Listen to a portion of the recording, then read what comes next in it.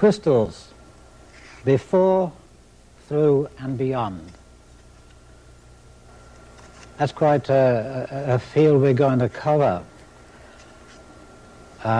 It is not a blanket explanation of crystals.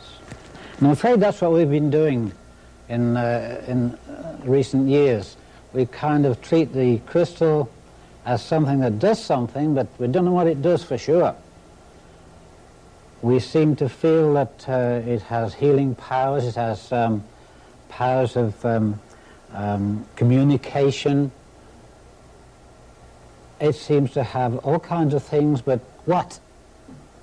And how will you know until you know exactly what a crystal is?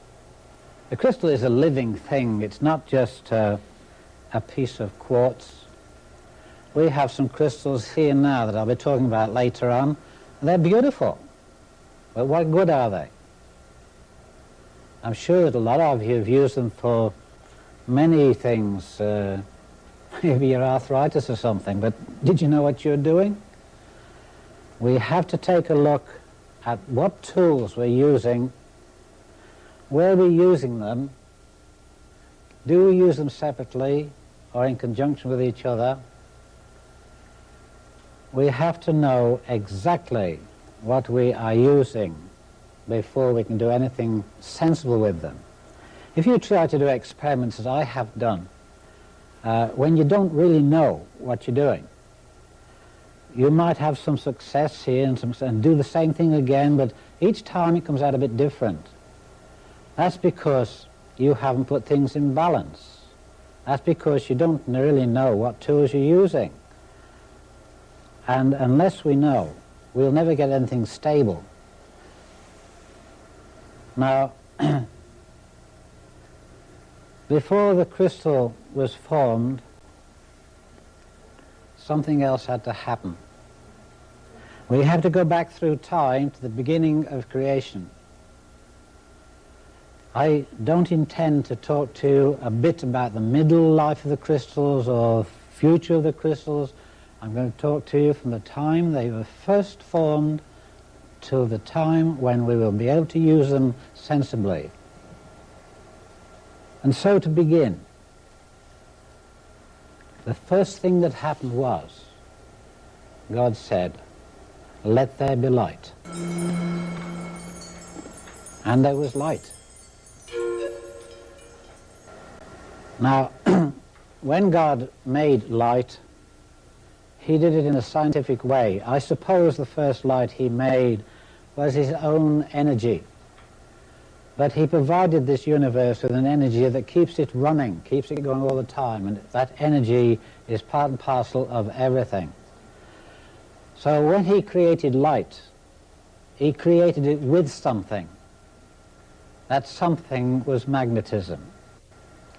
Now, I want you to think on, all through my talk with you, of all things being of one substance. They are all magnetism in a different form. If you can accept that and go along with me, you're going to find it a lot easier to understand me. Doesn't matter what it is, just say to yourself, okay, I know what he's talking about.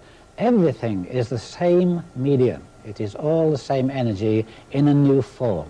And light was magnetism spun until it shone and became light. Now, the crystals we're going to be talking about, they came from light too. And a lot of the things I'm going to be discussing until we get to those crystals may leave you to understand that I forgot what I was talking about. We are talking about crystals right from the beginning. And the light itself, being magnetism, was in itself the beginning and the end. You've often heard people say from dust to dust. That's a true saying, but we can go a little bit farther than that. We can go from the beginning of light, from magnetism, right through to the end In other words, in simple words, like from alpha to omega, the full cycle. From dust to dust, energy, light, and everything else is made, and back to the same thing again, back to the energy. And if you think of light in the sense that it's not just something to lighten the day with, but a material to make things with, I'm going to show you how it does actually create other things. And during that time that I'm talking about, I want you to realize that we moved from one thing to another in different amounts of light, and they became different things. But first of all, we have energy in the form of light. And when I mention light from here on in, whether I say magnetism or light, I'm talking about the same thing. Light is just a little farther forward than magnetism. Now if you look at this chart up here, chart A, here's the sun, and here are some of the planets. Now the sun is like nuclear energy, and it emanates energy out through into the universe. Now the energy radiating from the sun is positive. Any energy that radiates is positive. The energy from the sun radiates towards, we'll say, Venus. You see this little curl here? That's a conical shaped spiral, and it's going counterclockwise. Now that does something. It takes this positive energy from the sun and turns it counterclockwise so that it gravitates into the North Pole of each planet and makes it negative energy. So you have energy, positive, gravitating into that tiny spot of the North Pole, and it becomes negative energy. Now, it continues through the Earth itself, spiraling down through the center of the Earth until it reaches about the equator. And then it starts to open its spiral up again like this one, and it's going the other way around now. It's going clockwise. In other words, it was gravitating counterclockwise, still gravitating here till it reaches halfway, and then it is still turning just the same, but now it's throwing it away again. It is now radiating. What's happening is energy from the sun goes out to feed the planet, and the planet passes it through and feeds it back to the sun. They regenerate each other. Now, you might think that is hard to understand, how this energy going counterclockwise comes out of here clockwise. Now, if I had a bicycle and I stood on its handlebars and its saddle, broadside onto you, and I turned the wheel clockwise, and then I walked around the other side of the bicycle and had a look which way it was going, it is now going counterclockwise. It's going the same way. So that if you were in the northern hemisphere, see the water go down your drain and it's going counterclockwise, if you could stand on your head and see it from the same position as those in the southern hemisphere, it's going clockwise. It did not change its spiral, it just gravitated into small amount and spread out again to go to a large amount. Where it came from, it went back to. You could call that perpetual motion, if you like. The rivers, I should say, have been running into the seas from the beginning of time, yet the seas are not full.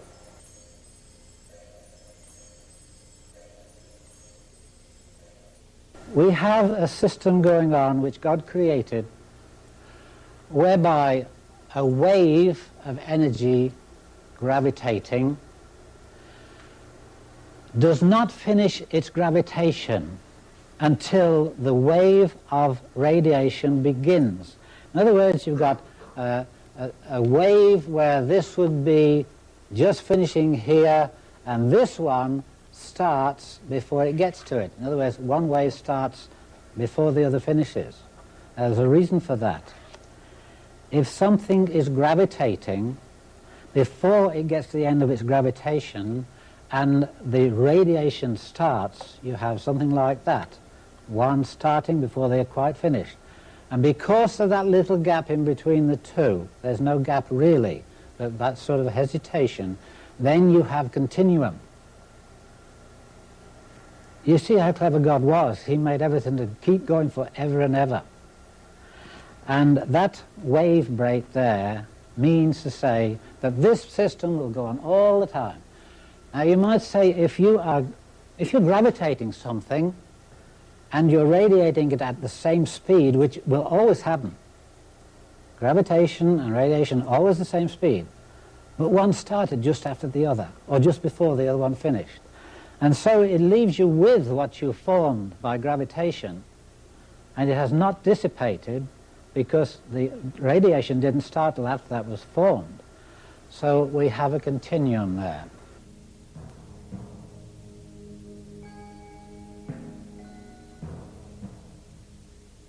A lot has been said about this energy over the years. You see the scientists talking about quantum physics.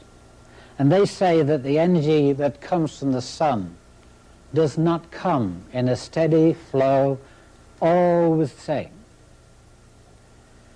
They say it comes in bursts or amounts, quantum amount. Well, they're right in both cases. First of all, the sun sends out its energy and keeps it going, we'll say, evenly all the time, both out and back, and it's non-stop. But energy over, say, a year, 12-month period, could drop a little in strength, sort of a battery going down a little bit. And not very much, I'm talking about very fine amounts, but the energy of the universe or the energy of the earth could drop just slightly. And so it was necessary for something else to be thrown in. And that was a little flush of it at a certain time in the year, once a year, not every week or every 2 months or more, once a year there would be that extra flush of energy to pick it up back into balance again. Otherwise, we would find ourselves going out of our orbit. Things would get worse all the time. So there is that rejuvenation once a year whereby there is a certain amount of energy comes through. So those people who said this energy is not continuous, they were wrong. And those who said that it was quantum energy where it came in bursts were right, but in a second sense. It was only when it was made up. I suppose that a lot of you have heard when a farmer, around August time, his crops ripen in a couple of days. They're near to it, but all of a sudden they ripen very quickly. And they didn't really know the reason why. Some will say, oh, summer lightning.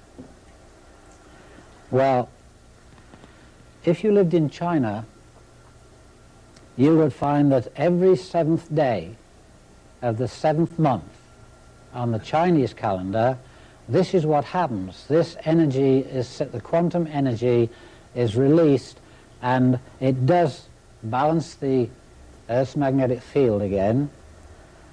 And the Chinese used to collect, and still do, collect the water from their rivers and streams, and they would save that water to preserve all kinds of fruits and vegetables. They still do it today. We were right when we said the energy continuous all the time, and also there's that little burst to make it up as well.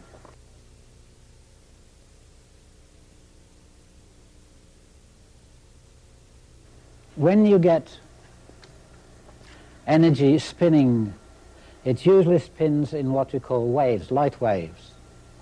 And a light wave really is the beginning of all matter. The energy itself spins counterclockwise, and it has it's like a a coil where the center is just small like a spring in a watch. And the center turning is very slow compared with the outer rings of the end of the coil. And light is on, let's say I had a coil here, flat coil, and I stretched it up like a cone so that the tip of it is just that bit and it's gravitating to make something. Well, on those lines, it picks up energy. The light is spinning itself, and at various intervals down that light wave, because of the speed it's going, so it compacts itself, gravitates into what we call matter. Now, if I wanted to dig a hole in the garden, I would take the earth away and put it on the side, but I got a heap. The heap came out of the hole. The bigger the heap, the bigger the hole.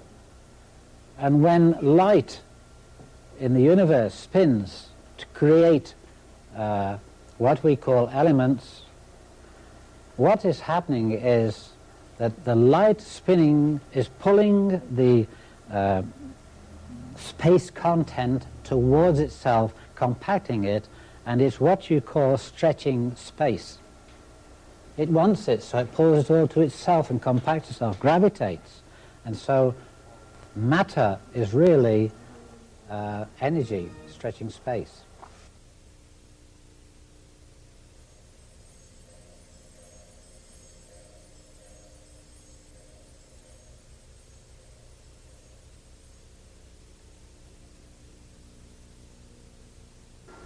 A light wave would be getting bigger like that. And down through the center, there's a line. You might be saying to yourself, what's this got to do with crystals? It's got everything to do with crystals. So up here, we've got our first, they're spinning very slowly there, and alphanon is the first one there, just to mention one. But as we come down here, so we got hydrogen and we got iron and whatnot. Because the spin is greater here, like on a bicycle wheel. If you spin a bicycle wheel once more, then the hub is traveling much slower than the rim itself. So where they come on the outside here, they're going much faster, and these are getting bigger. And so you have a wider sweep, so that these are traveling at such a rate, you get your elements form on the light itself, and they're getting heavier. Now, when I say heavier, I mean when we compare one atom of this as compared to another one. We don't say, oh, there's this bulk here. We don't compare bulk, we just go by how it gravitates. Now, the energy we're using is light. And the light compacts itself into these things, and you'll have what you call an octave. The octave will stretch from here, I beg your pardon, it stretched from halfway here to halfway here. And on one octave, just on music, there's eight elements, which you don't count the 8 elements from one here, you take half. That's half here, and 1, 1.5, 2.5, 3.5, 4.5, 5, 6.5, and the other half of this one gives you your 8. You start with half here again. This is how your elements are formed. And they will have different weights because of the position they are on the scale of light.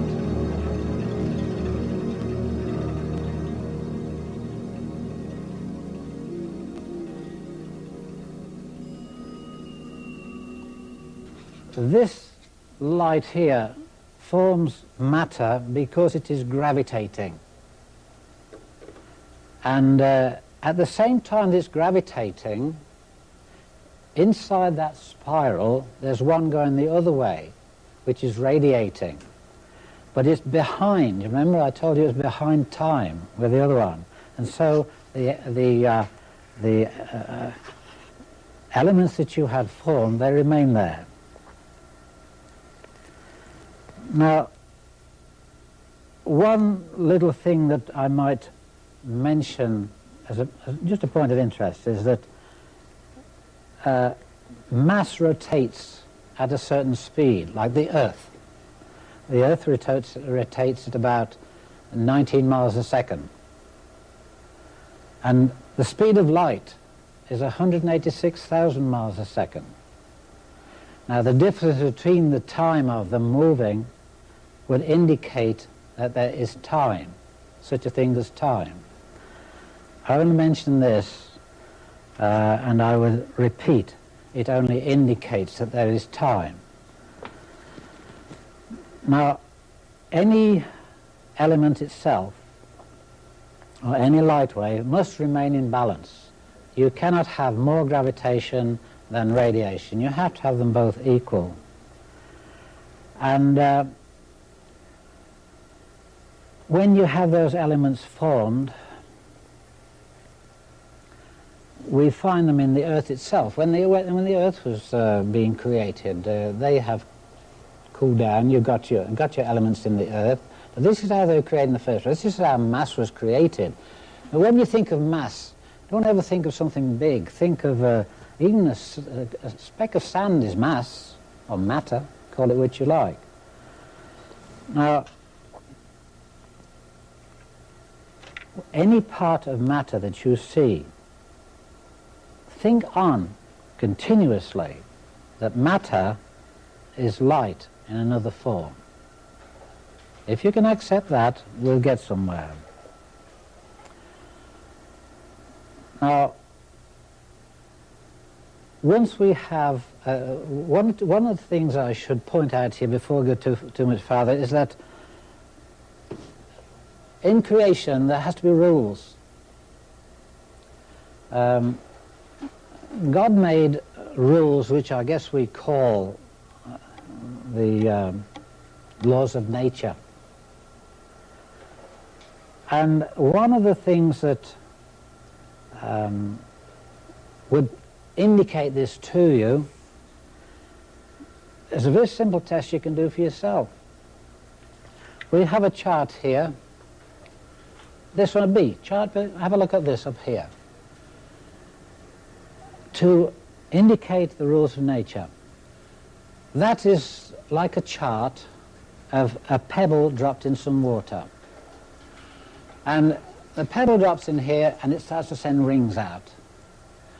Now, I don't suppose anybody ever bothered to check it, but if you take a photograph of those rings on the water, leave about 10 rings spread out, and photograph it, you've got something you can work on, like a chart. And if you measure the circumference of this one here and multiply it by the cube root of pi, then this is the circumference of this one. If you take the circumference of this one and multiply it by the cube root of pi, it is the same measurement as this one.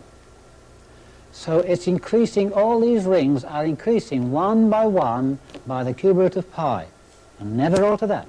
That's the laws of nature. Now, a funny thing happened too, that if you take the circumference, or rather the diameter of the fifth ring, let's see, there's 1, 2, 3, 4, 5. Take the diameter of this fifth ring across here, it will be the circumference of the first one, the same measurement. So if you took the second ring, this sixth ring would have the same diameter as the circumference of the first one. So every 1 to 5, the diameter is the same as the circumference of the previous one, the small one. So you see, even they travel out, they expand. It's not accidental. It never is two different ways. It's always the same. The expansion of those rings on the water are no different to your radio waves. You see the radio waves coming out of the tower, they expand exactly the same. They multiply by the cube root of pi, a law of nature. You never alter that. And you'll find that in so many things, shape plays a part. There's all kinds of things that are natural, We don't have to do anything. Shape plays a part. If everything were in balance, then nothing would move. So we have to have something that creates an imbalance so that nature can use its laws of nature and come back into balance. So if it goes out of balance and comes back into balance, we have movement. Now anything out of balance, there is something wrong. There's something needs correcting. That's why nature puts it back into balance again. But shape is one of the things that will influence movement. For instance, if I had a cup of soapy water and I get a straw and I dip it into the soapy water and I take it out and there's water on the end of it and I just go like that, it drops plop on the floor. If I dip it in again and blow into the water, I get myself a nice big bubble and I can just shake it up and it'll float away. The water, amount and content are exactly the same. The only difference was the shape. Now, shape that's quite a broad word, shape. Pick any shape you like and every other shape is in it. There is no shape in this world that is by itself. They all contain each other's shape. For instance, up here, you see this chart, see here? This one here. I got a circle, I got a hexagon, and I've got 1, 2, 3, 4, 5, 6 circles and one in the center. Now this is the only perfect way that circles will fit close together and leave no gaps. Now in that circle I can have a hexagon, I can have a triangle, all the shapes are within the shapes. Now I want to point something out here that you probably haven't thought of. You remember I said to you early on that from alpha to omega, that dust to dust, okay. In the light spectrum, colours of the rainbow if you like, we have 6 colours. And one in the centre. The one in the centre is pure light. What happens is that if you spin light, or rather light as it is, contains the colours, and only when you slow it down or reflect it in some way will you get the colours out of it. But when I was a kid, we used to play whip and top. I don't know whether you know that, well that is. In England it was a whip and top and you hit it with a string and it used to spin around, and we used to paint the top of it different coloured stripes, pretty colours. And when that was spinning fast, it looked white. When it was still, it was different colours. And it's the same when light spins. It becomes pure light. All these join together into the one. Now, if you were to take anything like that, you bring it back down to the one. All these 6, they come back down to the one. Now let's take the speed of light. If you were to find the square root of the speed of light, about 24 times, you come down to the 1. We always go back. We come from the 1 and we go back to the 1. Now all these performances that I'm talking about are going to be reflected in your pyramids. And one by one we'll put them into use. But to carry on with the the matter that's locked in form, locked in form, we have energy entering the earth and it's distributed. Like you can take electricity into a building, the main one comes in, and then you distribute your electricity to the various rooms, the outlets, the whatever, stoves and whatever, lighting, and it's distributed all over the place. Now the earth is the same thing. the Earth has a grid, which is this one here, chart F. This is like a grid of the Earth. All those shapes I talked to you about are in that. You have your circle is your circle of the Earth. You have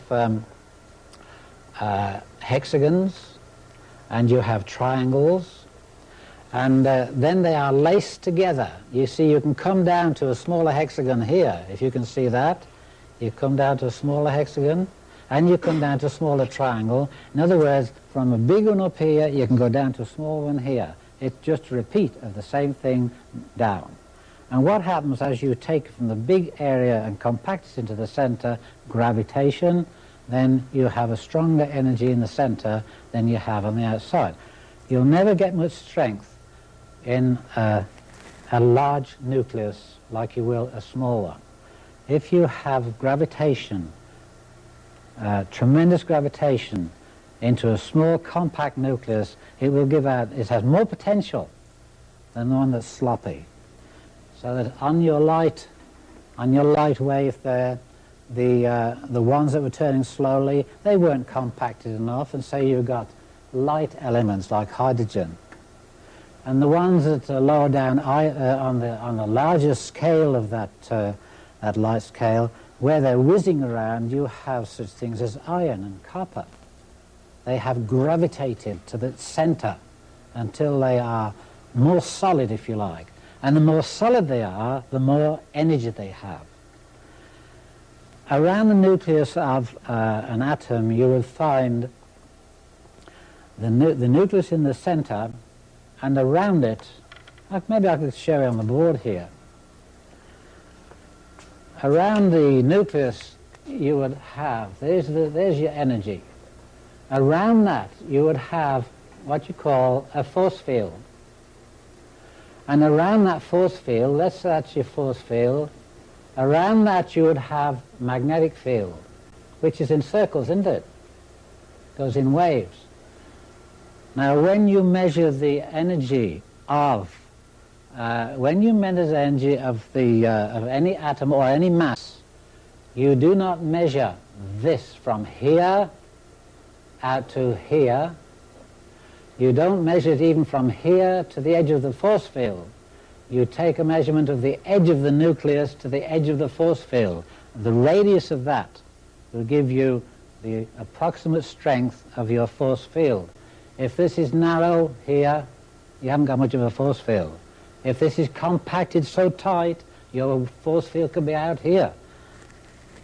You'll see a lot of people who have a lot of energy. They are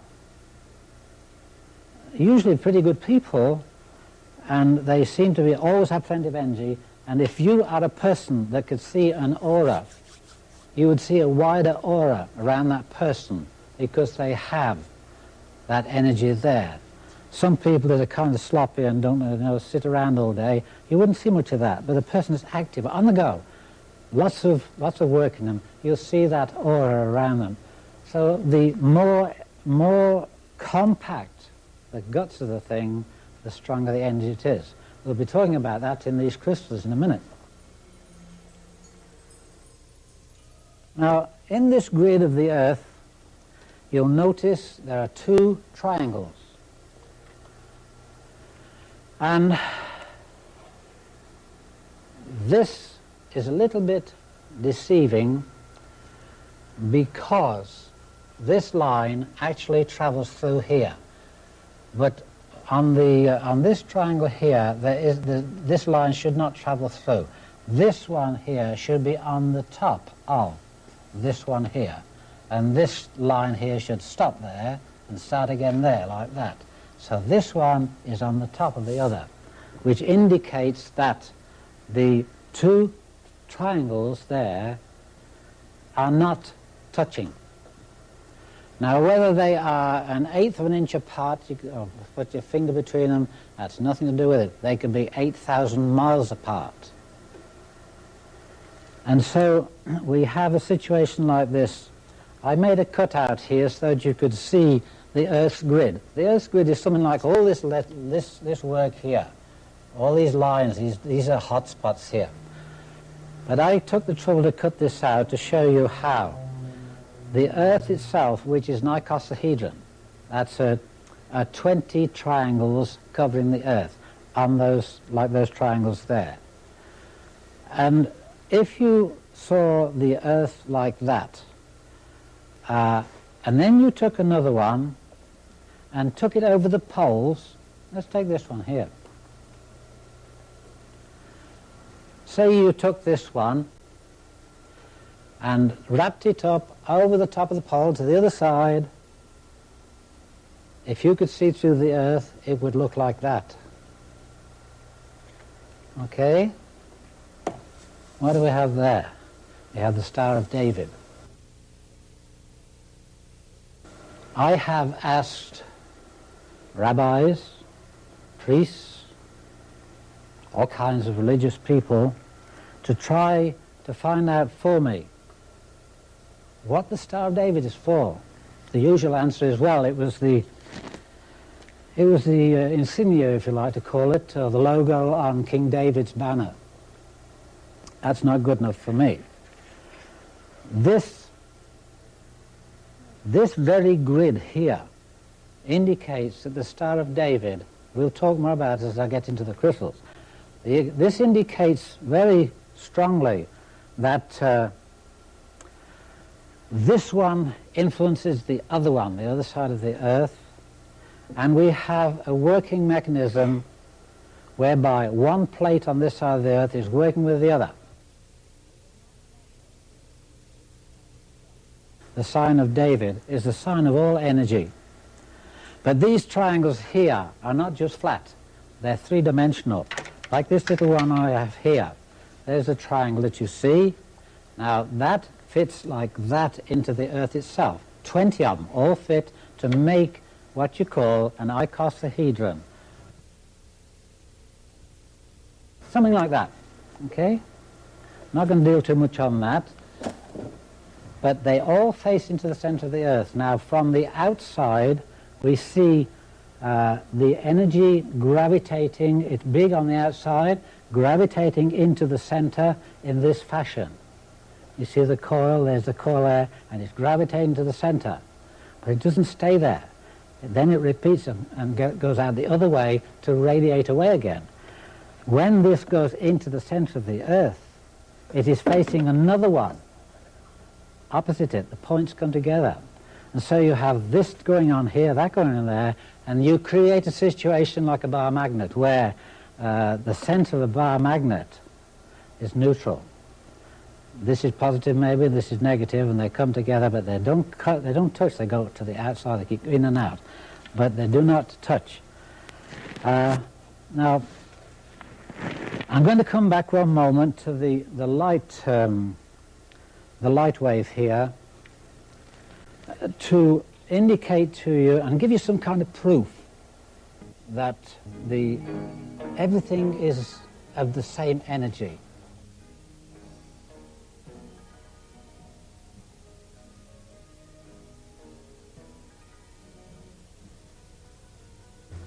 If light puts things together, then we could take them apart. And this is the one way I did it. I put a little experiment together, and this is what I did. I drew a triangle on a table. Then I got three little tetrahedrons, which were coat hanger wire, and they stood one here like that. Here's your tetrahedron here. That's a bad show there, but there's one stood here and one stood here, and here's the point of them. They're looking at each other. Let's put it on a plane. There's one standing here, and there's one standing here, and there's one standing here. Okay? Now, of these three tetrahedrons, they're only about 9 inches high. And they were only made of wire. But the shape that I was talking about has an influence on it. The shape of those tetrahedrons created a movement inside let's call it a pyramid.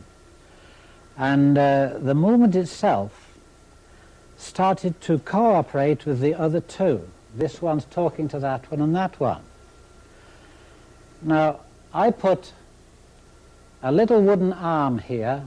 I'll draw it sideways. It's like a lamp post, a wooden arm, and this arm stuck out. And on the end of here, I hung a piece of string with a small piece of zinc, pure zinc, about 2 inches long, 1.5 inches wide, and 1/16 of an inch thick. And I hung it here, like that. It was over here, stood here, and it's hung down there. Here's your zinc. So between this pyramid here and this one here, they are talking to each other, if you like. That's in simple terms. What is happening is that they send electrons to each other. You probably heard about Tesla's energy through the ether. These do it naturally. Now, the energy that was being collected into here, I'll describe exactly how it happens in a minute. But these three pyramids are talking to each other. In other words, this one's sending energy to, it can't go to there, it goes to the nearest thing that attracts it. So the energy is shooting from here to there, and there to there, and there to there. Now, anybody will tell you that zinc is a pure metal. It's not made of 2 or 3 different items. It's just pure metal. Well, I beg to differ, because after about 3 weeks of this bombardment going on, these were sending out electrons towards each other and hitting the zinc. Now, zinc is held together in proton form. That's way beyond the electron. Now, if you hit zinc, or I'll deal with zinc, that's one I use. If an electron hits the zinc, electron can't come out. It wants in. The only thing it can kick out is a proton. So all these three were bombarding these electrons, and eventually, like it's kicking protons out, eventually the whole thing collapsed onto a little pile of powder here. A little pile of powder. And when I had that powder examined, it was a dirty calcium. Now, if you know the weights of your elements, you'll know that off the top of my head it's 65 point something, and I've got them here somewhere. There's about 25 moles per gram difference in the weights. 40 point something, I think, it's 40.8, I'm not sure, doesn't matter. There's about 25 moles per gram, that's molecules per gram in weight, at atomic weight. So if you took the same amount of each, this would weigh one, that would weigh that, and one would weigh that, because this one here, your calcium, was found higher up that scale on the lighter side than the zinc. That was farther down here. It was heavier. Now, when I saw the difference that I had in weights, I tried to find something in the periodic tables that had that weight. But what had I removed? All I know was that my zinc had collapsed, and I had it tested, and it was calcium. I tried to find a number that would equal that, and not even a combination of different numbers would give me that answer. So I had to look for something else. And it was obvious to me really before I started, but I just wanted to be sure, that what I had removed was energy. I hadn't removed anything you can give a name to, I had removed energy. So I put this in a little tiny bag hung it on here, and I repeated the process. And believe it or not, after about 6 weeks, it's longer this time, it got smaller and smaller, and it changed color too, and all I had when I tested it was aluminum. I'd come from zinc to calcium to aluminum. And there's a funny side of this, because a doctor will say that you don't have enough calcium in your system. I'll give you some calcium tablets. At the same time, somebody said, don't cook in aluminum pans, it's bad for you. But when you get calcium tablets, there's aluminum in it, isn't there? Energy-wise. Not only that, they say, okay, get out of the aluminum and get out of the calcium, I'll give you some zinc tablets. They gave you all three. Because in energy form, like I told you when we first started, we must regard everything in its electrical magnetic form. Else you're not going to understand me. Reduce everything in your mind to the electrical and the magnetic. And I will give you numbers. You can work these out for yourself. If that's the weight of an electron, you can prove it if you've got a calculator there. I know for a fact that hydrogen is 770 electrons. That's hydrogen, 1 point something. So if you take this number here and divide it into any one of your elements on the periodic tables, you can find their electronic magnetic content. Now in a few minutes we're going to turn to something else that it's a continuation of this, but I'm going to take you inside a crystal.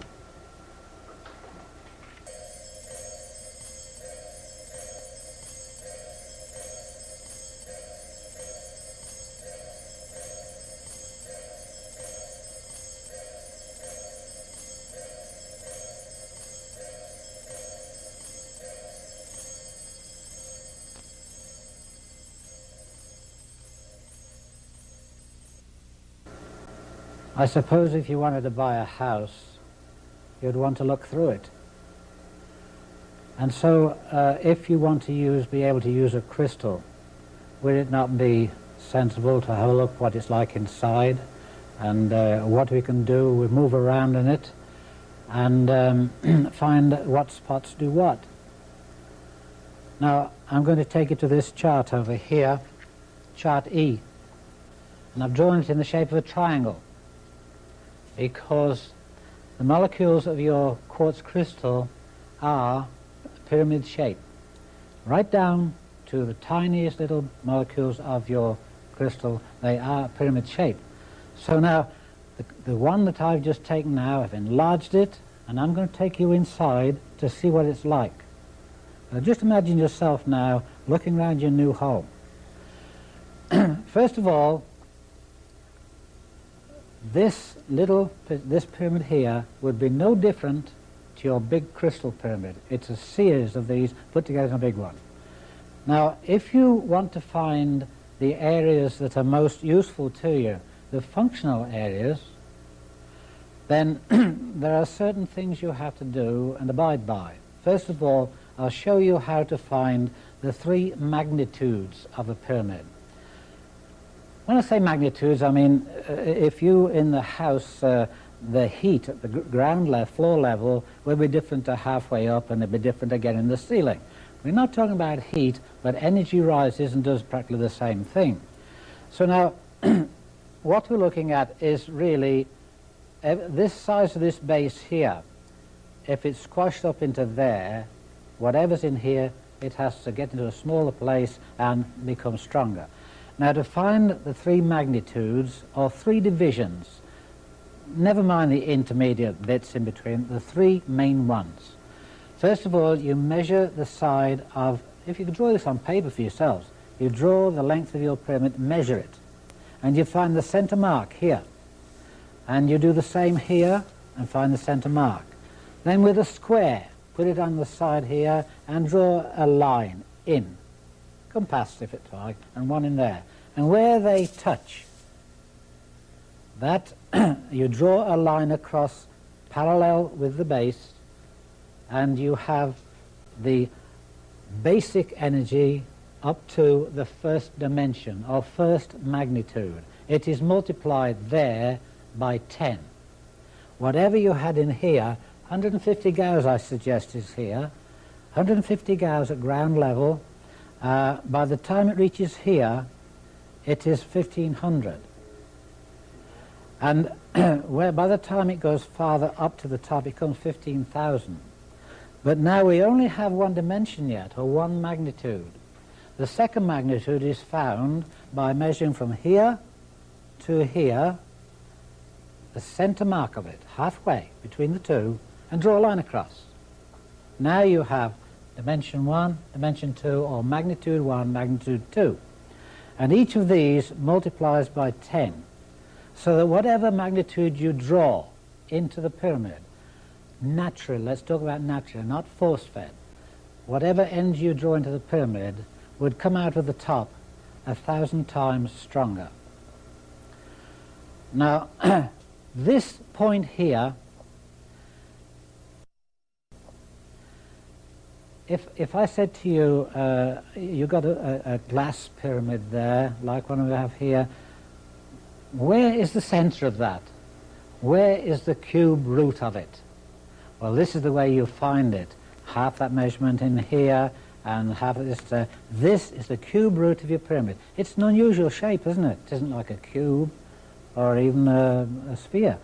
That is the cube root of any pyramid. Doesn't matter whether it's equilateral sides or what. That will be the cube root. Now, what does that mean? The energy collects into it and condenses itself into a nucleus at that particular stage and builds up. That's the place where all your energy builds to. That's what it's going to be. Whatever you bring into here, it will congregate there. That's the cube root of your pyramid. Now, from here, halfway up, that's 2/3. That's 1/3, 2/3 up. You have the junction of the second and first dimensions. Here's your first one, here's your second one. This is the junction of them. Now, the energy from here will spiral up there to this area here. If it releases, it would carry on its way and go out. But at this stage, we're talking about magnitudes. This is the place where all your energy collects. This is your energy. This is your engine. This is your nucleus, the power. And that gradually spins and gets more dense into this area here. And this one I would call, I got a name for it. It's a place where the master of productivity, that's where it all comes together. That's your strength. And then you have up here the master of distribution. Now, when I say master, that means to say it is its own master. When you leave it like this, your crystal doing this, it is its own master. But later on, I'll show you how to take this crystal and use these points here to your advantage. I will show you how to put more into there, or take some away from here, or distribute it in any direction, and as much of that as I want. You will never ever empty that. You will never empty more than that rose to. You can't take any more than that. But as that empties, this fills. In other words, a cycle, you never lose the energy of that. So whatever goes into here and leaves from there, if it's allowed to go, which it will do, it takes a period of time for a crystal to fill. And from that time on, it has a time cycle. If this were, for instance, when I had my 30-foot pyramid, it took 5 days to fill. And it didn't take me long to discover these spots in there where I could do different things. It took 5 days to fill it, and took somewhere about 13 or 14 minutes for it to empty here. But it did it on its own. I had nothing to do with it. It filled in 5 days, then in the evening it was usually 13, 14 minutes, and it released. Now remember, I told you when the Earth received its energy into the North Pole, positive changed to gravitated to negative, and then went through and to the South Pole and threw it out as radiation. This here gravitates itself from this area here. I showed you the spirals that we're talking about on its way up. It gravitates from here to get this stronger and stronger and stronger and stronger, and eventually it will leave from there. But as soon as it leaves there, it is no longer gravitating, it is radiating. This would suggest to you that you would have to use the energy in a pyramid to receive a negative force. You could not receive a negative force after it is released. It has become radiation which is positive.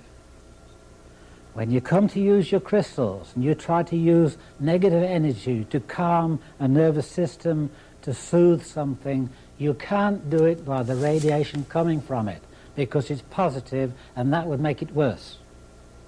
You see, we're gradually carving up the crystals until you know exactly what you're doing. Now, in using this, you would notice that on this little one here, I showed you the bottom of that, where the circles are on the bottom. Well, imagine this circling here. It does not reach the extremity of this base there. In every crystal, no matter what size it is, or pyramid if you like, there is that much there on the outside. It never reaches. In other words, the circles will touch that, getting smaller and smaller, but it never comes right to the edge until it gets to the junction of the first and second dimension. And then this is all full. It's touching all the way. Now, let me see.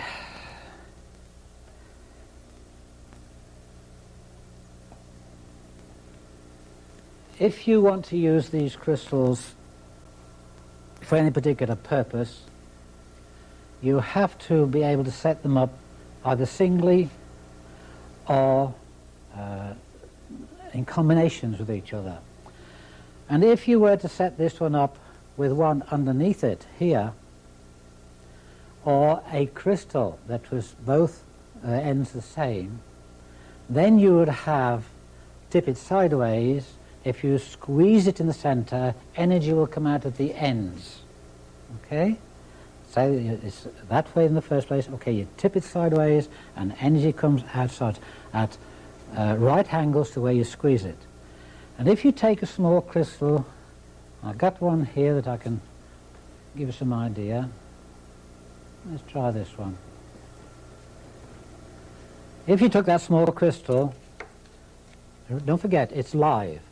There's energy moving there. It's matter just wrapped together and movement there. Now, if you took a piece of copper wire, fine copper wire, and you wrapped so many coils around it, leaving one end loose, and then wrapped it with some mica, and then wrapped the rest of the coil around it, and leave the two wires, one outside the mica and one inside the mica, now you have a little motor. And it won't work the motor as it is. If you put it in a vise or something to squeeze it at the center, then the two wires will make a little motor run. It's what you call piezoelectricity. Now, in the case of this, supposing I put that up into a pyramid or a bigger crystal, then this is feeding that more energy, and it's continuous. Now, as you squeeze this to make it work, energy comes out, and as you release it, it comes back in again. It goes, it'll breathe for you. You'll never squeeze it empty, but as you release the pressure, so it fills itself again immediately, reaches balance. It has to stay in balance. And so you have a little motor there. That's one thing you can use your crystal for. But these spots I showed you in here, it would be unfair of me not to show you some of the dangers as well. This is only a crystal, but I can explain to you what happened to me in using the big pyramid in these locations here, what happened to me, and it can happen to you using your crystals in a small way or in a large way. When you begin to put them together to manipulate them, I should show you where a few dangers lie. Now, if you can imagine the 30-foot pyramid that I had, knowing that it contained energy and it's free-flowing, it's always coming in and it's non-stop. I said, well, why can't I harness this? Little crystals will do it. Why can't I harness a pyramid? So I made myself, I'll just go to the blackboard there and give you an idea what I'm talking about. I made myself two coils. One was just a small one like this, and it was electric coil, counterclockwise.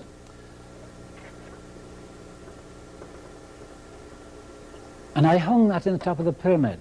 But before I did that, it was stove wire, and there's about 8 strands of copper wire and stove wire. And I undid them and made them into a lot of fingers like this, spread them out, something like an antenna. And this end here, I just hung it up, fastened it up onto the beams, and that was right in the peak. Now I went downstairs, and I had a spare piece of plywood, quarter ply, and I made a magnetic coil with old antenna wire. It was double wire. And I put one end straight through into the earth, and so looking at it like this, it stuck through there, and my coil is on here like that. And the other end I left standing up to connect. One's into the earth. Now all this wire here, it's only quarter ply, and I used 2-inch staples. The staples went straight through the ply and gave me a better ground. This was also ground in the centre. Now, there are many things that have happened to me in my time that I can't really explain. There are many things that I have known, but don't know how I know. And this is one instance where this happened to me. I knew I had to connect these two together with some natural wool, sheep's wool. Nylon was not what I wanted. And so I got hold of some ordinary wool, and I measured it out. Up the stairs go right to the top. I measured it out so it hung from here to within 6 inches of the floor. Plenty to fasten to that and to fasten to this. Now I stood on some steps up there and fastened that to there, just wrapped around, tied it round. Simple. Nothing clever about it, just fastened it to this copper wire. And I hung this down through the steps, through the stairway, until it was hanging down, but it wasn't touching the floor. I went downstairs to connect this to that, and as I caught hold of that, it threw me 20 feet across the floor. I'm 180 pounds, and it picked me up and threw me 20 feet across the floor. I got no skin on this elbow here and all down my leg here. And I lay there for about 5 minutes at least, wouldn't know what happened to me. All I had done was touched a piece of wool. Now, this wool had gone through, it wasn't even connected to this, it had gone through my cube root of the pyramid, which was about here, and up to the point, the second magnitude there, and that part was connected. And when I touched that, I grounded the whole damn thing, and it threw me 20 feet across the floor. I didn't know what had happened to me, and the result of it was I took the whole thing to pieces. I still have the parts. You can have them if you want them. And I realized that I was fooling around with something I didn't really understand. It taught me a lesson, but it also meant that I could stand here and tell you, don't fool around with these crystals until you know what you're doing. Theory is all right, and you've got to put it into practice, but be awfully careful. Make note on these things and these things, and you'll be able to use your crystal how it should be used.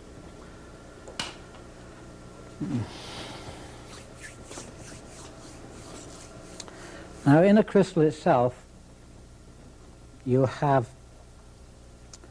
different, you've got different grades of crystal. And your grade of crystal will determine how good it is for your performance. There are crystals that are very, very powerful, but weak in texture and will fall apart on you. There are crystals that are kind of, the nucleus here is very weak. In other words, it's not a very compact crystal. And so you don't get a very big force field. But the best crystal you can get, and the way you determine this, I don't know, that's up to you. But you could go by where the crystal comes from. Does it come from Arizona? Does it come from Brazil? Wherever, you find out what your crystal contains. And the best crystal you can have is one that contains sodium, potassium, magnesium, and silica. Now, I haven't got the quantities of those. If you've got those four, I'll repeat them. Sodium, potassium, magnesium, and silica, you have the best conductivity. Now, a lot of these crystals have impurities in them. And if they didn't, you'd never see a colour in them. It's the impurities that give you the colours, strangely enough, but that's so. If there's no impurities, you wouldn't see the colours. The amount of colours you get in your crystal, there's 6 altogether, and a clear one. You remember I told you on the chart how all the 6 became pure light? Well, we have to still remember that. And the colours that come into the crystal, the visible light, they would only occur where the correct frequencies are in that particular crystal. I was explaining to you the best type of crystal to get for the best conductivity and the best performance. So the clearer the crystal you get, and then of course the clearer your colours. Now the 6 colours themselves, you should make a note of this, because you are going to have to use these measurements when you come to use your colours in the crystal. I would hope that by now you can see the crystals you've got are not to be used like you have probably been using them. You have a new idea how to use crystals. Now, there's a difference between the amount of energy in a light wave and the length of it. We measure light waves in the smallest amount we use is called an angstrom. And I have some numbers here that would tell you when you come to the point of choosing the color to put through your crystal, or choosing the color you want from your crystal, you must have the frequency that will give you this measurement. I'll go back across to the blackboard again, and I'll very quickly write them down so that you can make a note of them. I suggest that you share with each other when you get a chance. Okay, the frequencies and harmonics. We're dealing with the frequencies. And the ultraviolet range, that's outside the range you can see. They go from 2900 angstroms to 3900. Now I'm just going to cross the zeros out. Now violet, that one will be 39. That's from here, okay? 39 to 45. Then you go from 45, that's for your blue, to 49. And then you go to your green, which is 49 to 55. And from the green you go to orange, yellow, I beg your pardon, yellow, 55, orange I should say, what am I? Yeah, yellow. 55 to 59, 9. And red, orange is 59 to 63, 59 to 63. And then you go to your infrareds, which you can't see. And that's from 63 to 10,000. You can copy those down and be sure you remember them, because you can probably obtain them somewhere else anyway. But these are the frequencies that you're going to have to use. And also you'll have to use those frequencies in the harmonic sense as well as the energy sense. Now, when I speak of harmonics, that's the sound that the frequency makes. If you wanted a certain note on the piano, you go up the piano till you get to it. You do not get that note one before it or one after it. Only on that particular place do you get that harmonic. And it is the same with nature. There are places with the laws of nature where things happen every time, always the same thing, and there's nothing you can do about it. You can come to, we'll say, when we're talking about the elements, in between the elements you have degrees before you get to this one. Now this element here is always that element until it gets to the other one, adding bits to it. In other words, the in-betweens. They call them isotopes. That's in between this frequency and that one. Now,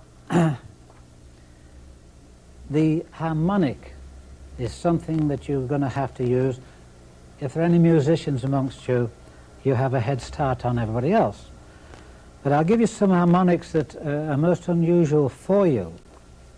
One is the speed of light. You know it's 186,000 miles a second. Well, it has a harmonic. And the harmonic is 1439. That's the harmonic of the speed of light. I can't go too much into these. I'll just give you these because you'll be able to refer to them later on. Now, if you have a speed of light harmonic, you also have an anti-speed light of harmonic. And the anti-speed of light harmonic is 6950. 6950. These are round figures. Now, gravity acceleration. You're going to have to use that too, believe me. It will all come in your crystals. Gravity acceleration is 2545.5.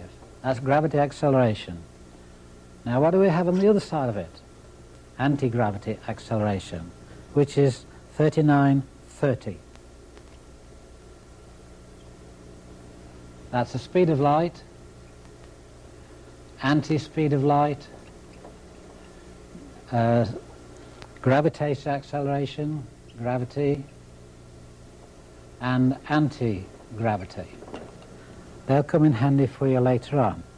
There's one that we should know that will come into many, many things, not so much in your crystal, but it is the Earth mass acceleration, or the harmonic is 1703.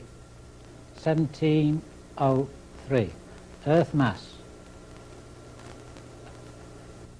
We have to now bring into the scheme of things the shape. All the shapes I described to you, all these shapes here, hexagons, triangles, they are all governed by pi. You know what pi is, don't you? 3.1415. They are all governed by pi, but don't let that worry you. Only if you're measuring your waves from the crystal, after you've measured your force field, then you would want to know more about that. But I think that was probably going a bit too far for what we want here. It doesn't, it will not, it might confuse some of you, so I'll leave that one alone. But what you should know and realize is that we have gone past the gravitation of liquids, or gaseous I should say, liquids, solids, and we've come to the crystal, which is the fourth state of matter. And the fourth state of matter has the rules and regulations like I've been talking about, but they're not random. They're laws of nature. They are not random, they're not arbitrary, they are, you can't argue about them. The laws of nature in the crystal it's all preformed. Now, I say that because a natural crystal has these qualities, But a crystal man-made, and they're making a lot today, would not have them. And just like, to mention another crystal, a ruby. A ruby is going to play a tremendous part in our healing and everything else with crystals, but not until you remove one light refraction from it. A ruby contains 2 light refractions. The crystal contains 1. Now there is a way to remove the 1 light refraction from a ruby, and I don't think that need interest us here. But a ruby will play a large part in healing. Another thing, I told you about the shapes. And the shapes themselves will determine a lot of the direction of your the energy you send out. I go to the blackboard again. In the I hope you got those. If not, you're too late.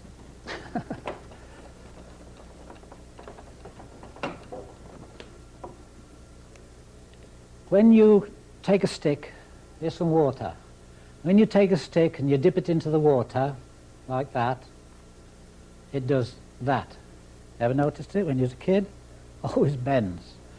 Now it will bend more when this is thicker than water. So you stick it in syrup, it'll bend a lot more than that. This is what you call, this light does the same thing. When it goes into your crystal, it hits your crystal and it bends. And that's called light refraction. There is an angle of light refraction which is there, but don't bother about that.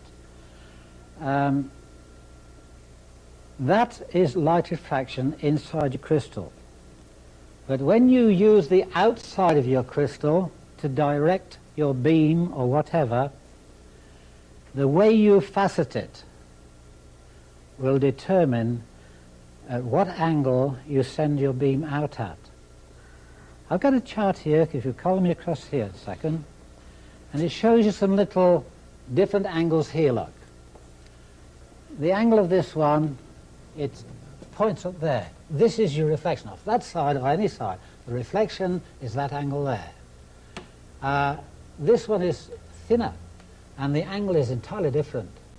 And this one is much steeper. So however you facet your crystals, that's where your light will shine, because this is reflection, not refraction. Now, light refraction is not energy projection. There's a difference altogether. I don't know whether you know, but light itself doesn't go anywhere. The only place light is at its source. Light reflects all the way at 186,000 miles a second on atmospheric and whatever conditions. Light goes nowhere from its source. It reflects at that particular speed. If you were to stand in front of it, you shut it off. It didn't go anywhere. Somebody said, where's the light go to when you switch your flashlight out? Well, darkness comes in at the same speed. But light doesn't go anywhere. So when you're using reflection from your crystals, what are you doing? You're not sending energy to anybody. You are only redirecting the light.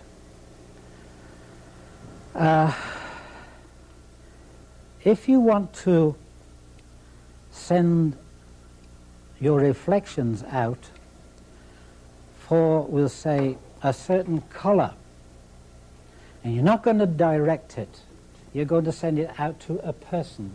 There's color. It's nothing else but energy. Color is light, it's spun into color. Magnetism in color. Therefore, if you play magnetism with no color onto a person, you're helping them. They'll absorb it into their system. If you're reflecting a particular light, one of the lights of the spectrum, onto a person, then that strength is more than just magnetism. It took a certain amount of that energy to make it that particular color. And so you direct those lights to that person. But there's more to that to come in a minute. Now, if you want to have a crystal, I'll go back to the board again. If you had a crystal that was, you say you faceted it with four sides, let's see, like this. You facet it like that. You got 4 reflections. Now those reflections go out at a certain speed of, or beats per second. You know that energy is not in a piece, it's all like dots all joined together. And this one here with the 4 faces would send out four beeps, if you like, per second.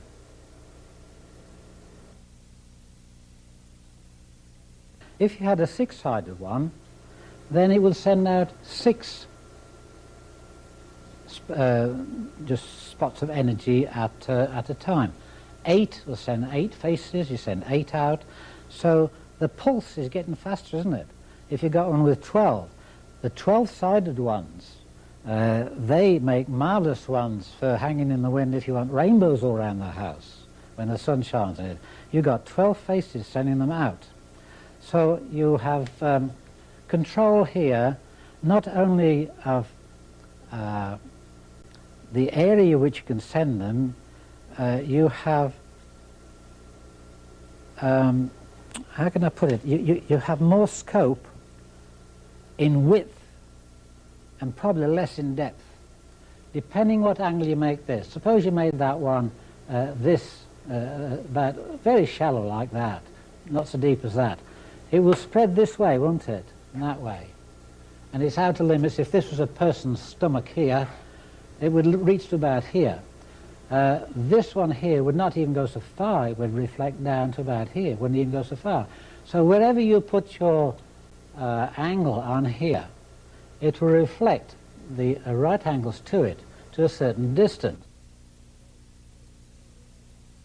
When you change the shape of your crystal, you not only changed the reflection angle, you have changed the shape of the coil which goes up through it.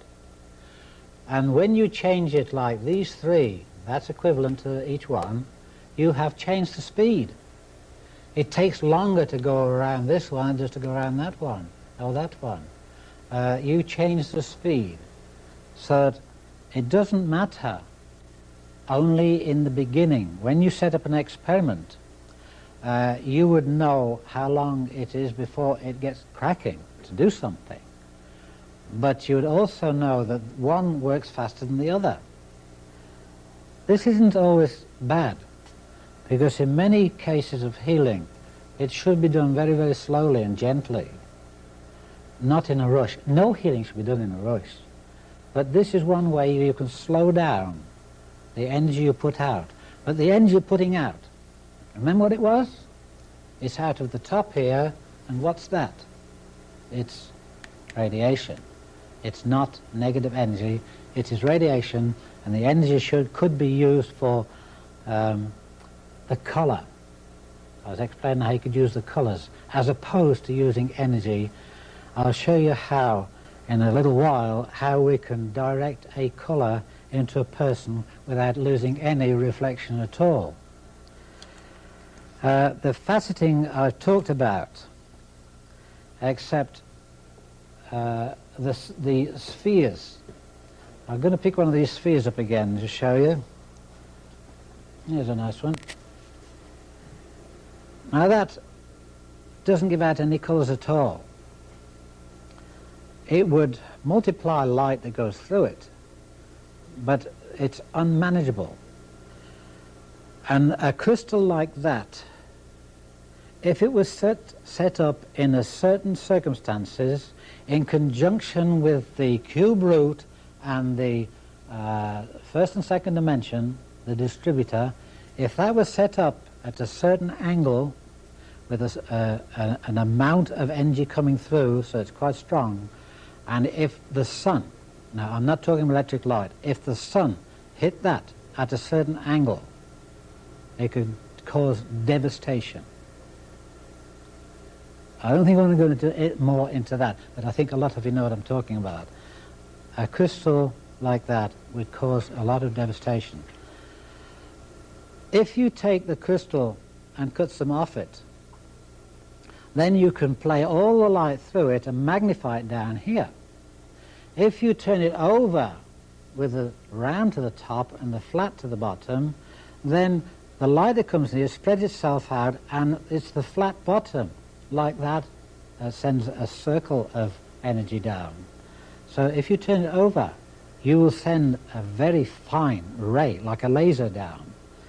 Now if you played that laser into a second one down here, which had a flat top, this has been multiplied 1,000 times. What went in there, multiplied 1,000 times coming out here, and that hits this one down here, and once again is multiplied by 1,000 times of that one. And then, of course, you have to know what you're doing, because you have to realize what you could be doing down below that one there. There's no problem if you watch what you're doing and set things up before you start them. Just don't play around with crystals. We've got some more to go yet, but I'm trying to instill into you caution. Always have caution. I have hurt myself several times by being too eager. You have such a choice to go to. Now, included in those choices, you have other things. You have 6 colors, and the 7th, which is the pure light, and then you would have the dimensions or the magnitudes to multiply those colors, and you would also have reflections. You have so many things going for you that the combinations, it's hard to believe how many there is. But you have to take this into consideration. Do I want depth? Do I want broadness? Do I want to go inside that person 6 inches or just half an inch? All of these things, when you understand your crystal, when you come to get them faceted, then you should think of this as have the crystal faceted for what you want to do with it. It's obvious that you have to have quite a selection of crystals so that you can have a choice. Now, a person is not two-dimensional. A person is three-dimensional. You notice I've turned around to healing, eh? Because that's what we really are looking at.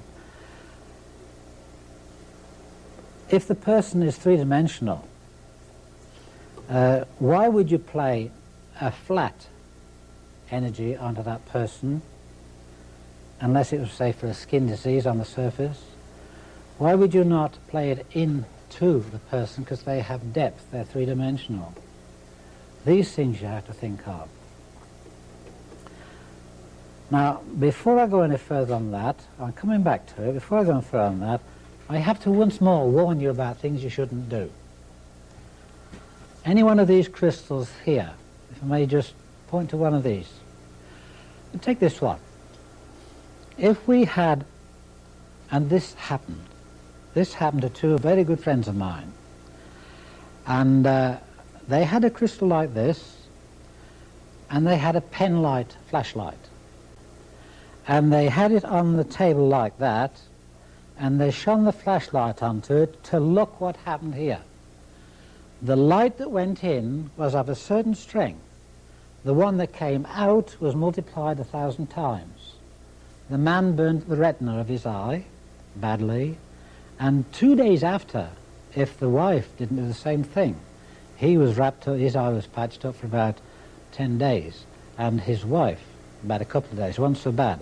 But see, if you don't know what you're doing, don't do it. Always have that bit of caution. I've hurt myself once or twice because I didn't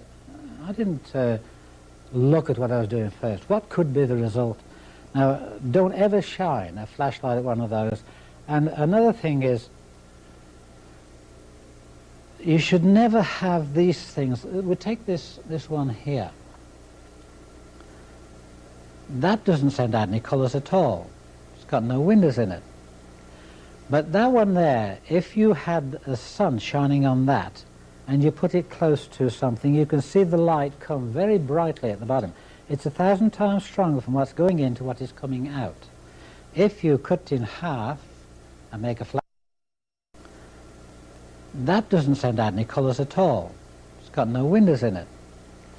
But that one there, if you had the sun shining on that and you put it close to something, you can see the light come very brightly at the bottom. It's 1,000 times stronger from what's going in to what is coming out.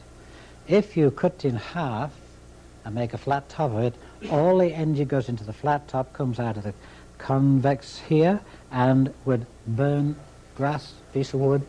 You multiply it 1,000 times. I'm mentioning things now that are not only performance, they're dangerous, but they can also be used sensibly. And I don't know, there's so many things I want to warn you about. It's not very easy to tell them all, and it's not very easy to just remember them on the spot, on the spur of the moment, but I think in a minute we'll come back to one or two more of these before we actually leave these.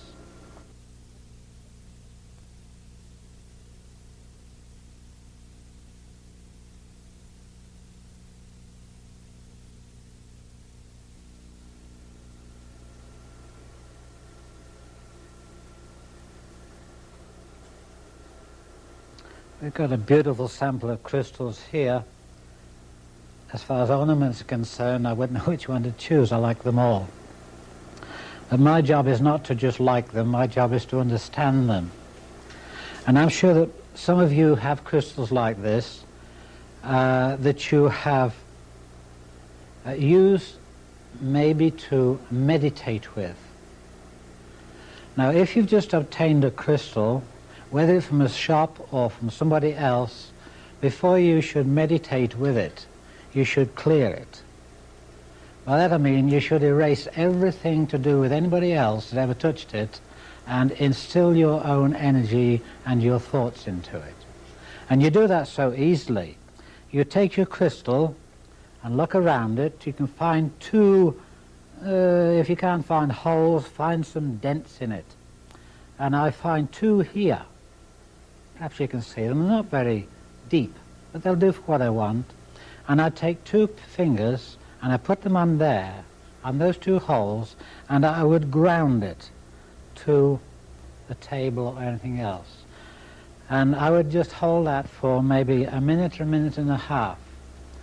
And it would take out all recordings that other people have put into it. Whether they knew they were doing it or not, it's nothing to do with it. It has registered in there like a computer. I am erasing its memory. Now that has been there long enough. My thumb has grounded it. These two fingers, one positive, one negative, have made complete three-point contact. Now this crystal is mine. I have now cleared it. It's mine. Now I fill it. And I can take this crystal in my hand and I can fill it now with instructions. And if this were my crystal, which of course it is, when I filled this crystal, do you know the first thing I filled it with? I filled that crystal with love. Because out of love comes healing, caring, and you'll get a better performance from the crystal itself. You're putting yourself into it. If you want to put evil things into the crystal, you can do it. But I put caring, thinking about other people. And this will respond to me because it is now attached to me. I have instilled into it the things I want to do with it and the things I want it to help me with. Now, you can't sort of put into here a story. You give it instructions. And the instructions are done with thought and caring. And when you have given it instructions, you know in the crystal itself it is live and taking what you gave it. But now you ask it some questions. This is exactly the same as a computer, but like a computer, you have to put something in before you can get any answers from it. I put all kinds of things into here, personal things. And from those things I put in, I weave a network, a grid if you like, a series of computations, and it will give me answers, not in words, but I can feel the answers. If I said to someone, do you like that color? And they didn't answer you, but they pulled a face, you know they don't like it. If they said, do you like that color? And they smiled, yeah. So when I ask the crystal something, it will indicate to me the forces in here will go through me. I can feel it. And I don't get words, I get indications or guidance if you like. So a crystal is not something to play around with. It is not a toy. It's as human as you are. And it responds without question. You could never have a better servant than this if you treat it right. But always remember that what you put in is more or less what you'll get out. Don't put something in when you have something against somebody. You're jealous of somebody. You wish you had this. You don't really need it. Put the thoughts in that would help you through life, meet your needs, and then you can turn around and ask for guidance to help others do the same thing. Now, if I wanted to communicate with another person, I would have to have their confidence, probably in private, and they would have a crystal like this, their own crystal, which I wouldn't touch. And we could sit opposite each other in the quiet and the stillness, and just like you can listen to the stillness of the voice inside you, you can communicate with that person. Now, I'm not going to say this is like ESP. This is how you feel. This is how you transmit love from one to the other. This is how that love will come back again. It will answer all kinds of questions for you. Supposing, for instance, a person was ill, sick, got the flu or something, nothing serious, and you wished for them a healing. Your crystal, like my tetrahedrons, transmitted to each other and broke down the zinc, this is no different. This will transmit to the person who is sick, and they will probably get benefit from it, if they are receptive. You can't help anyone that won't help themselves. And so we're looking at people coming together. Okay, now supposing that person is 70 miles away, makes no difference. You see, this is in communication with the rest of the universe. Now you might think to yourself, oh, he's gone a bit too far now. Well, you think what you like. I say that this is in touch with the universe. And there is nothing in this universe that is not in touch with everything else in the universe. If I can look back over the years and see my relatives, how many relatives have I got in the 100 years before that are spread out across the world and I don't know them anymore? We all came from different wombs, but we're all related still. And so you don't carve this out of the universe and separate it from it. This is a live thing that will talk if you know how to talk to it. Now, there's such a thing as people touching your crystal. That's taboo as far as I'm concerned. If you give them permission, okay, you can handle it, but then when I got it back, I would clear it. It's a simple process. The only thing is that you've got to start all over again and build that back up again. So this crystal would be mine, and I would respect anybody else's too. Now, a lot of people have been to talk with the crystal skull. And a lot of people that would ridicule it, and a lot of people understand it. But I don't think you get anything from the crystal skull unless you went with the same attitude that I went to this. If you go to it with love and caring for somebody else, usually you go to it for somebody else, not yourself. You always put yourself last. You don't count. It's the other person that counts, and that's why this will respond to you, because you are caring for somebody else. It comes back because in the caring for them, they care for you, and they spread the word, and everybody cares for you because you did that for them. So you can communicate at long distances. If I wanted to communicate with someone in New Zealand, and they have a crystal, I know them, I can communicate to them, and I would never hear a word.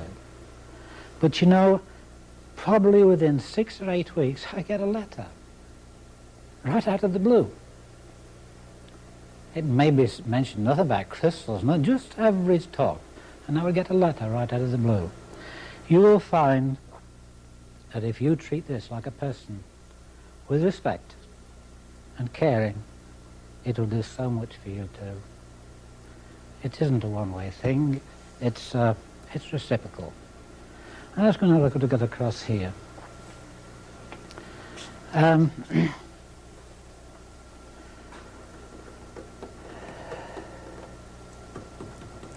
Crystals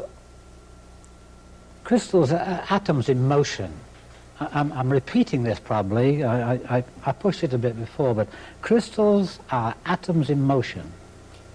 They are live and, like I just said, reacting to you. And the motion of a crystal, particularly these kinds, you know, I mentioned earlier too that we had different kinds of crystals. Some were better than others. I'm talking about this one and this kind.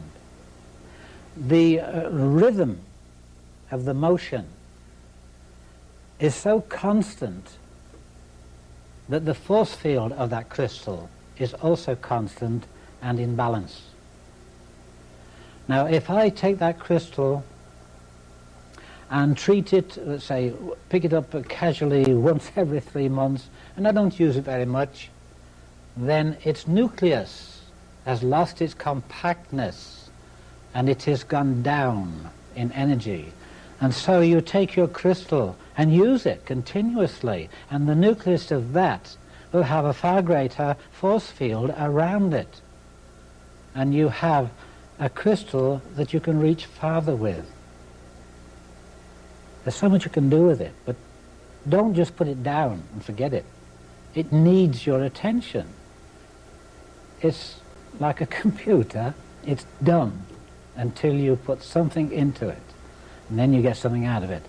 A computer could never do what I can do, because that can't give you caring and love for other people. This can. So those of you who have crystals that you want to use them for something like this, do it that way, but do it sincerely. It's not fun, it's for real.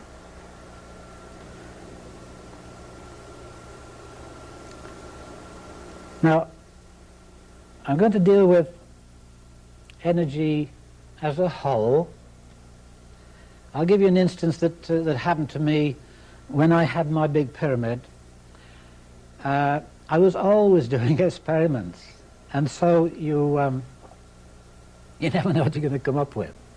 And in those days, I was a greenhorn. I didn't know too much, and I thought to myself, I knew that with a mirror, I could reflect energy, magnetic energy, just the same as sunlight. Well, what is sunlight? Isn't it magnetic energy? So with a mirror, I can reflect energy away at an angle to the mirror. And I thought, I could. You want to use them for something like this. Do it that way, but do it sincerely. It's not fun, it's for real.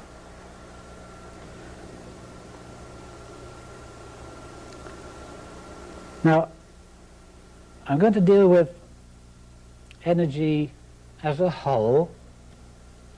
I'll give you an instance that happened to me when I had my big pyramid. I was always doing experiments, and so you never know what you're going to come up with. And in those days, I was a greenhorn. I didn't know too much, and I thought to myself, I knew that with a mirror, I could reflect energy, magnetic energy, just the same as sunlight. Well, what is sunlight? Isn't it magnetic energy? So with a mirror, I can reflect energy away at an angle to the mirror. And I thought, I could save myself some heating costs here if I cover the north wall with plywood on the outside and 4 inches of insulation, and some very kind people at Toronto University, at the University Press, said I could have sheets and sheets of the aluminum. They'd printed the whatever they printed on it, and the backside was still clean and shiny. And so I got the wall covered on the outside with plywood. I got insulation in and started to put the shiny aluminum on. And then I found out that I was reflecting all the energy from here across to here. The angle pushed all the pyramid energy across to there. It reflects it. Just the same as me shining a mirror and shining the sun from here into somebody's eyes. The mirror effect pushed it out. Okay, I did something wrong, but it taught me something. It taught me how to reflect energy from the crystal to a person. If I put a crystal, which I'm coming to in a minute, which is directed straight to the person, and I wanted to meet them halfway inside them, I can make it do it 2 ways. One, I can get a crystal at the front which is directing the color energy with the light frequency I want to give me the light I want. And then at the back of them, I put another one which will give me the opposite color to the one I'm using. And this one comes through, and that stops it dead at the range I put it. And so inside that person, say 6 inches inside, this goes in 6 inches, would go straight through if I didn't put this one at the back and stop it halfway. So now we have the energy sitting right in the center where you want it.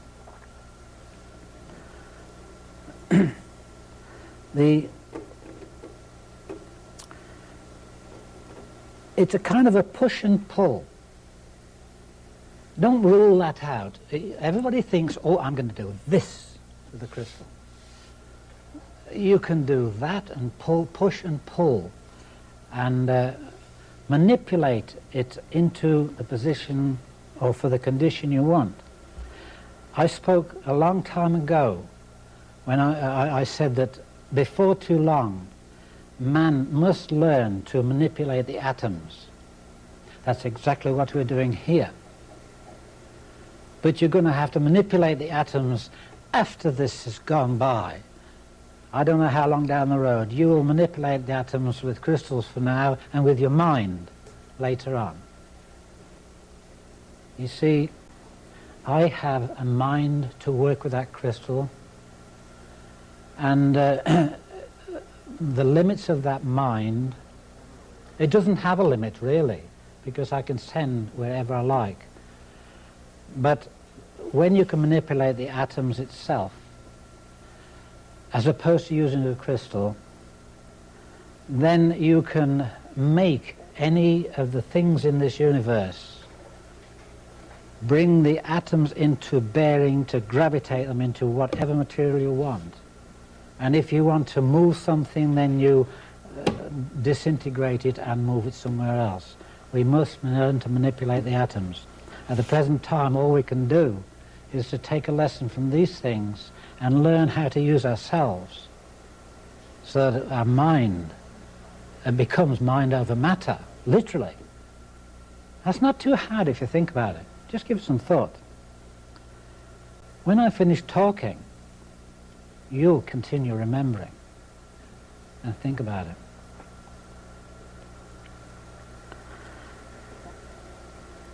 The human body has, it's not electrical in the sense, of course we call it the electrical systems. It's really so minute that it's magnetic. It's pre-electric in my opinion. Any reading you take on the human body will register somewhere, front or back, positive or negative, in the region of 14 to 27 microvolts. In the heart region, it will register 70. I'm giving you round figures. And so if you were to apply, say, to a particular part of the body which registers 20 microvolts, where there's an illness or a breakdown, an imbalance we're talking about. Imbalance, that's all it is. If there's an imbalance and the reading on that particular part of the body is 20 microvolts, you would never ever think of playing energy into that that was, say, 1,000 microvolts. That's like giving a newborn baby 6 aspirins. You would tune down to the colour that is gentle and the frequency or the penetration that would be compatible with the 20 microvolts. Now you have to also bring into that the temperature at that particular part of the body. It's not all the same. That particular part of the body would need a certain heat. Now when you come to heal, you can only give it the ingredients it needs, and nature does the healing. We can't heal a damn thing. Nature does the healing. You give it what it needs, the tools to do it with. And in this case, the only tool it needs is the right strength of magnetism, the right amount, on the right frequency at that particular part of the body. The frequency will also give you that particular color and the heat of the body and the penetration, and you have a potential balancing of the, what do you call them? That particular part of the system anyway. You balance the cells. If you were to, let's look at it from another angle. Supposing you were in good health and you want to remain that way. In this day and age we take all kinds of vitamins and we take exercises and this and that, and you're really guessing. To a certain extent you're all right, but you're really guessing. Your body will tell you what it wants, but if you keep that body in magnetic balance, there's no other ingredient needed. You see, a healthy cell would have its nucleus, its energy field and its magnetic field, the neural systems in balance, positive and negative. There is no open door in any cell at all for illness or putrefaction or disease. You can't do that. Anything in balance will not decay or deteriorate.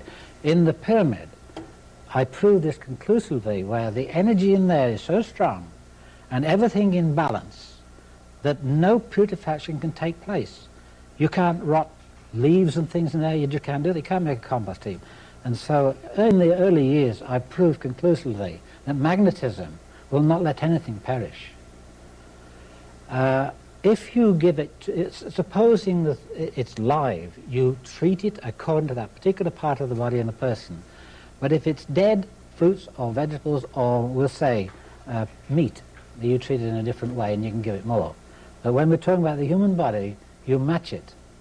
Whatever the human body needs is what you give it. The length of time it takes has nothing to do with it.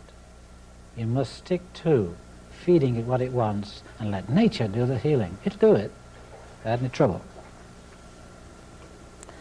Now, one of the things that you're going to have to be able to do is to separate the colours.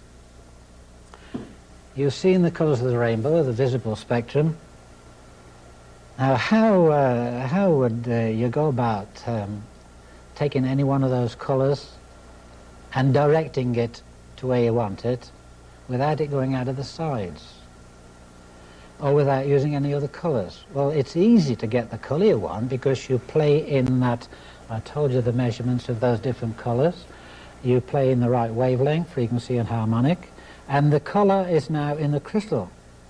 But we have to stop it coming out of the sides, spreading, going anywhere it likes. If I may just go across here a second, if I put colour into here, it can go out anywhere it likes. It's round, it's a sphere. So what you do, if I put it into one of these, it goes out of the facets. And those facets are nowhere near equal. And if you've got a wheel this size your car, and one this size, you have an awful ride. And it's the same with these things. Your facets must be faceted to the angles you want for reflection and refraction, and also they have to be perfect with each other. You don't have one a bit one way and the other. These are just haphazard. So we take a crystal like this and we force it to go where we want it. And instead of having one of these, let me ask a question sort of thing. There are no windows in this, there. No windows there. And if I had a pyramid like this one, there are windows. There are windows on these. So where would you get one without windows like this? You would have a cone.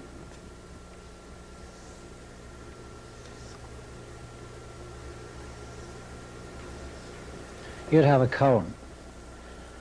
Now there are no windows, there's no flat sides, there's no facets, so it's got to go straight down there and come out of here.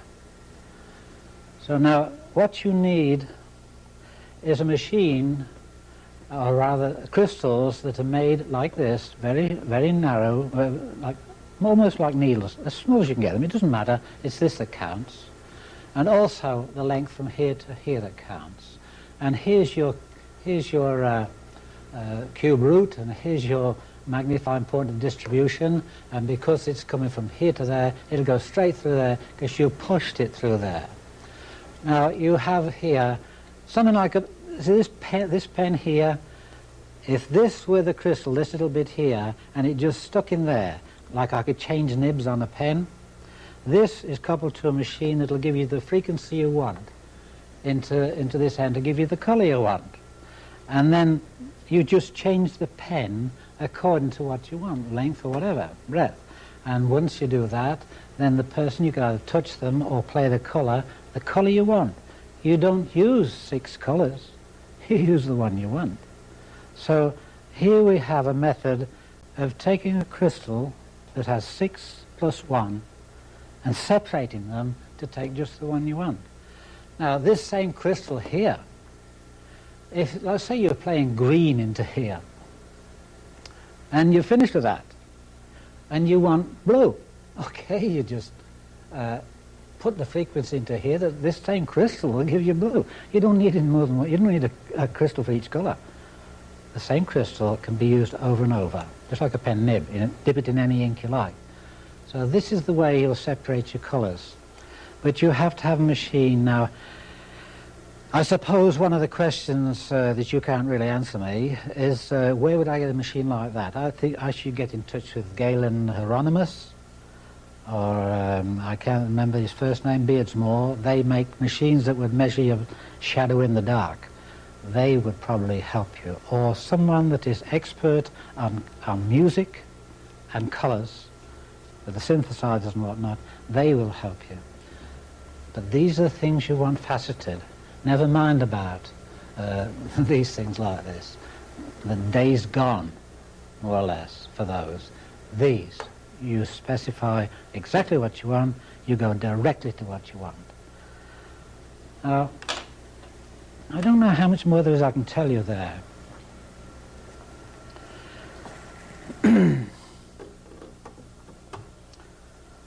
Separating the colours, we've done that, and I would say to you that if you don't know where the chakras are on the body, you should find out. because they have colours too. And you will see by those, you get yourself a chart, you'll see by those which are the opposite colours. So that when you want to use opposition, push or pull, you know which colour to use. Now if you were in the area up here where it's like yellow, isn't it, golden, bright light, you would never think of using red. So wherever the chakra of the body and the colour is, you use your microvolt energy, you use your frequency to give you the colour of that particular part of the body, and it's common sense to meet it where it's at. I can't tell you any more than that. Just have these things available so that you can do anything you really want to. But don't think that tomorrow you're going to go out and get yourself a load of these and start into it right away. There's a lot of work to be done. But be patient. Be patient. I've discussed the depth that should penetrate and the heat attached to that. But there's also one more thing that you should add. When you create the frequency for the color, that frequency will have a harmonic. Now if you can have music that is compatible with the healing you want to do, and those harmonics do not clash, then you are also assisting. It's like fertilizing your crops. You are assisting the healing by the music. If you put on the Stars and Stripes, watch out. But if you play a nice soothing tune, it's half the battle. Music is a great stimulator or something that soothes. And so there's nothing wrong. As a matter of fact, I would like to think that you use music at the same time, but not offensive music. Now, I have seen demonstrations that have been with the use of crystals, and they were used as a blanket effect. That means to say that it's like wrapping somebody in a blanket and say, let's see if you get better now. You know, you're nice and warm, that'd probably cure you, got the flu, but just get better with that. It seems like that to me when you see people using crystals, these type of crystals, to put, say, lay people on a bed or a table or something, and they put a crystal by their head and one by their feet, one by their elbow, the shoulder and whatnot. If this offends anyone, I'm sorry, but I got to say it the way it is. If you are doing that, you're only guessing. Who would believe that a person does not have a magnetic field complete? If your magnetic field is not complete, you're probably dead. And yet you see people having crystals placed around them, and then with either crystal in the hand or with the hand, they join the magnetic field together. It's already there. That's only using things as a blanket. It's only using things when you don't know what you're doing. Now, if you are using energy to cure someone, you better be sure that you're not using the energy that's killing them. I have some very good friends. One is a professor, and he was studying with the Wilhelm Reich organization, I believe, orgone energy. When he described to me what orgone energy he thought it was nothing else but magnetism. I just told you earlier on, there is nothing but magnetism. It's just in a different state. So where this name of orgone came from, I don't know. Another name for something. And he confided in me that they had meetings I don't particularly know who or where. It doesn't bother me. But they had meetings where a person was wrapped in a blanket of steel wool and cotton wool in layers. Steel wool, cotton wool, steel wool, cotton wool. Flattened into a blanket. And they were rolled into it. Now you know very well that cotton wool today is nylon. And it will, it draws magnetism to it. Very often off nylon, a carpet, you can get a shock off it. It draws magnetism. Steel wool, one of the best ticers of magnetism you could possibly have. Steel pulls energy out of the atmosphere to it. So you have a layer of magnetism, magnetism, magnetism, and wrap somebody in it. That's just like putting a plastic bag over somebody's head and tying a knot round their neck. You're suffocating them with energy, maybe their own plus what you're pulling into them. And in confidence, he said that they nearly lost a couple of people. And they had quit doing it altogether. So you see, when you use crystals, blanket fashion, you're asking for trouble, you're guessing. If you don't know how to use a crystal, don't use it at all. Find out first.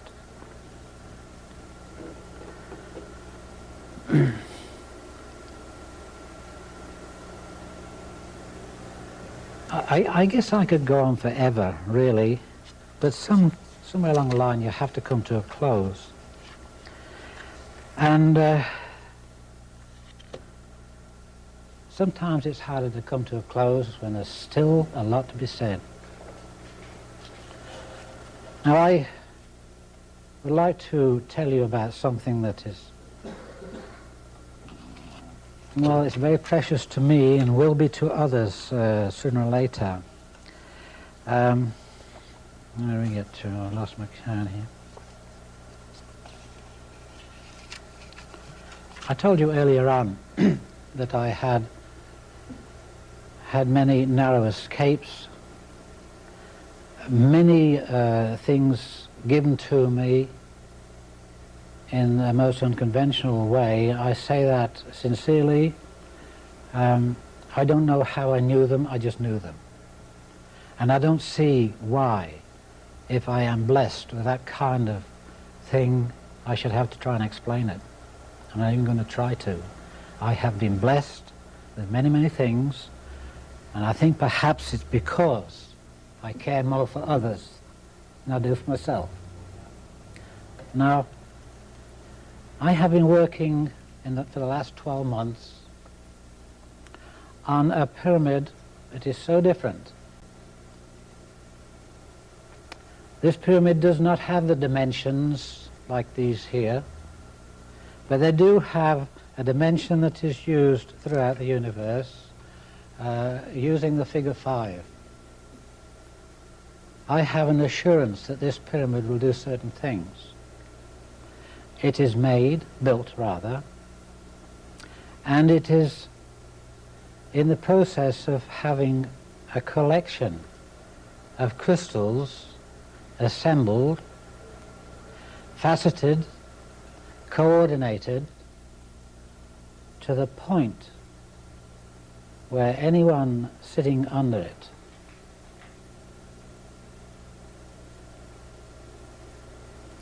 cancer would be halted. I can't say too much about it yet. I haven't finished it. But I know, as I knew those other things, that I must build this pyramid. And I must use these crystals with the help of my friends. I can't do this by myself. I have friends all over the place who volunteer for this, that, and the other. And the crystals I had no hope of getting. But, you know, when you have faith, you don't need hope. It just comes. It's not a matter of wishing for it. Of course you wish for it, you hope for it. But this is such a fantastic thing. And probably when people hear what I have to say, they will ridicule me. Good for you. I don't take that ridicule. I don't accept it. I stop it right there. I know what's happening. I know I'll have a pyramid that will halt cancer. But I think it was this year, but I'm not quite sure yet. Now, I have talked to you about all kinds of things, right from the beginning to almost to the end. We haven't come to Omega, because as I told you earlier on, before one light wave finishes, the next one starts. When this era that we're talking about now, healing, before it comes to complete fruition, a new way will begin. It's that new way that I'm looking to you to bring out.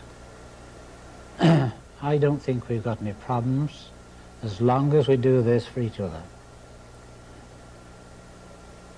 I think that, I hope that you've learned something.